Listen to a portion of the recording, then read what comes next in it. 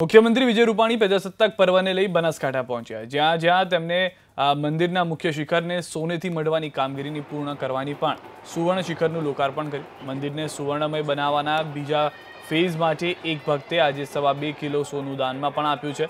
લોકાર્પણ દરમિયાન સીએમ રૂપાણીએ જણાવ્યું કે દેશના પ્રથમ શક્તિપીઠનું શિખર સુવર્ણમય બન્યું છે। અંબાજી મંદિર સુવર્ણમય થાય તે માટે સરકાર કામ કરશે। અંબાજીમાં તમામ સુવિધાઓ બને તે માટે પણ સરકાર પ્રયત્ન કરશે।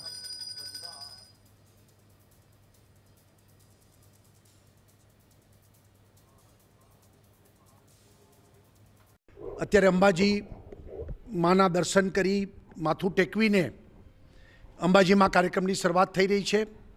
મને ખૂબ આનંદ છે કે ગુજરાતમાં સૌપ્રથમ 140 કિલો સોનાનું શિખર આજે સંપૂર્ણ સંપન્ન થયું છે અને શિખર પૂજન સોનાનું શિખરના પૂજન કરી અને આખું શિખર આજે સંપૂર્ણ પૂરું થશે અને નવું શિખરનું કામ આજથી શરૂઆત થશે।